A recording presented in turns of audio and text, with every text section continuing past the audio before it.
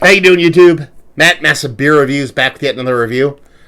New local beer time. Well, not local to me, but local, and it now get distributed in New Jersey in the form of Old Nation Brewing's M-43, New England India Pale Ale.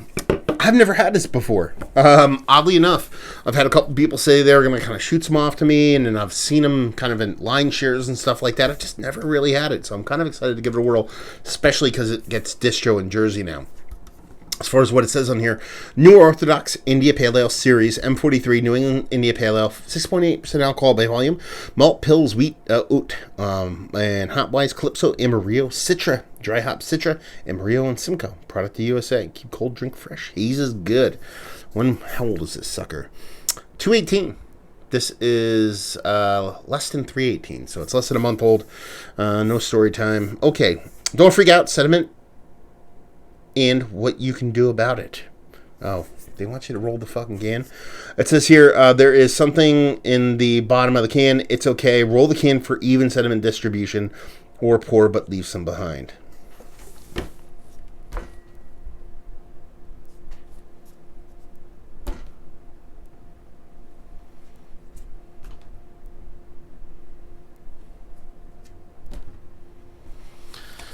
Okay.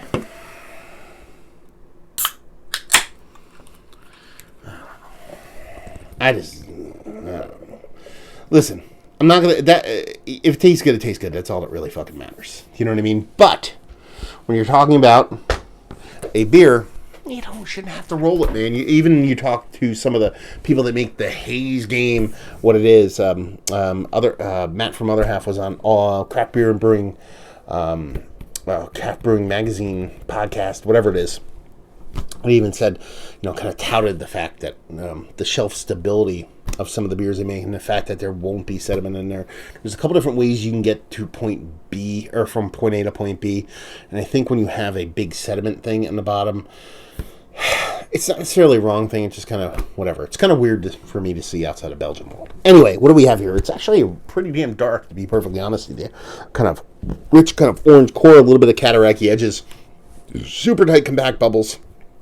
Can't stop burping, and just off-white head. And art-wise, I actually think it's pretty cool. It's actually one of my more favorite labels I've seen as of late. It just kind of, something about it kind of looks like an old Western thing, kind of where they're looking for, putting that thing on the, what's it called? Telephone post? Looking for the wanted poster. That's what I'm looking for. Jesus Christ. Words are hard. Just getting off a cold, little sniffly. These things happen. But yeah, she looks like a big old hazy to me. See what the nose has. Well, let's put it this way. I got some snifflies. I got a little bit of, sinus things going on, but there's nothing that's going to prevent me from smelling this. Oh, that big, huge citrus component. Grapefruit, orange. Big, huge, in your face. A nice kind of green, dank richness kind of on the other side of things. This is a really nice nose. It's a really vibrant nose, really in your face. It must have been the can roll. I was pretty damn good at that can roll. Yeah, that is the kind of nose I dig. Big, huge, vibrant hops, both on that citrus end of things, but also on a little bit of dank richness kind of thing. There's a nice sweetness to it. There's a nice bittering to it.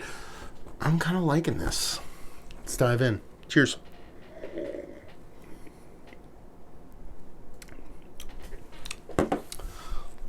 That's a tasty beverage.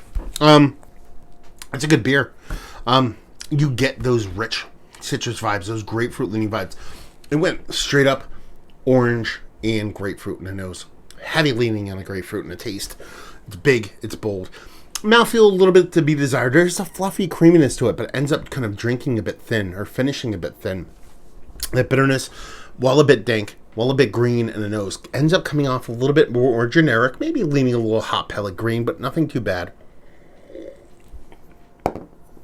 The nose is a little bit more complex, and the beer lets on.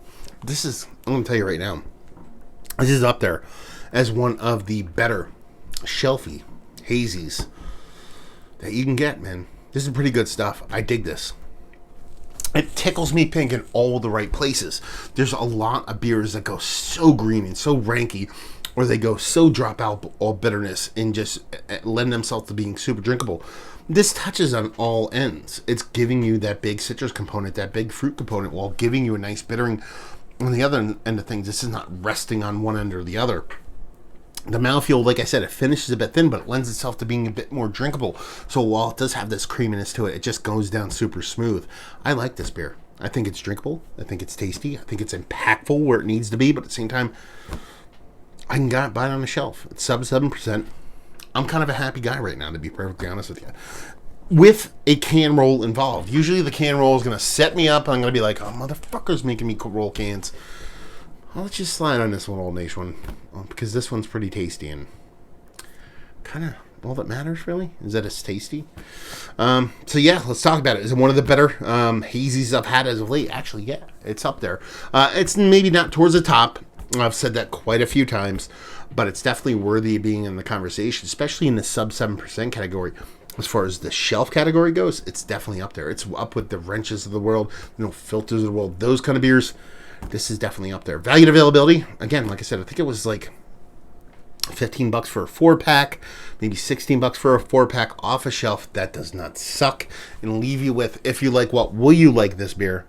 If you like hazies, you like drinkability, you like not waiting in line, and you like a little bitterness with your OJ, and little OJ with your bitterness is going to do you proper, because even with this little stuffy little schnoz, it was impactful in the nose, impactful in the taste, and just tasty. It's the name of the game, son. So there you go. Another review in the books. Hopefully you guys enjoyed it. Down there if you want to talk about it. Massive Beers if you want to check me out doing the social media stuff. Beer Massive if you want to check me out doing the whole podcasting thing. And hopefully you guys enjoyed the review. Hopefully enjoying a little hazy shelf here right now. And hopefully see you next time. Cheers.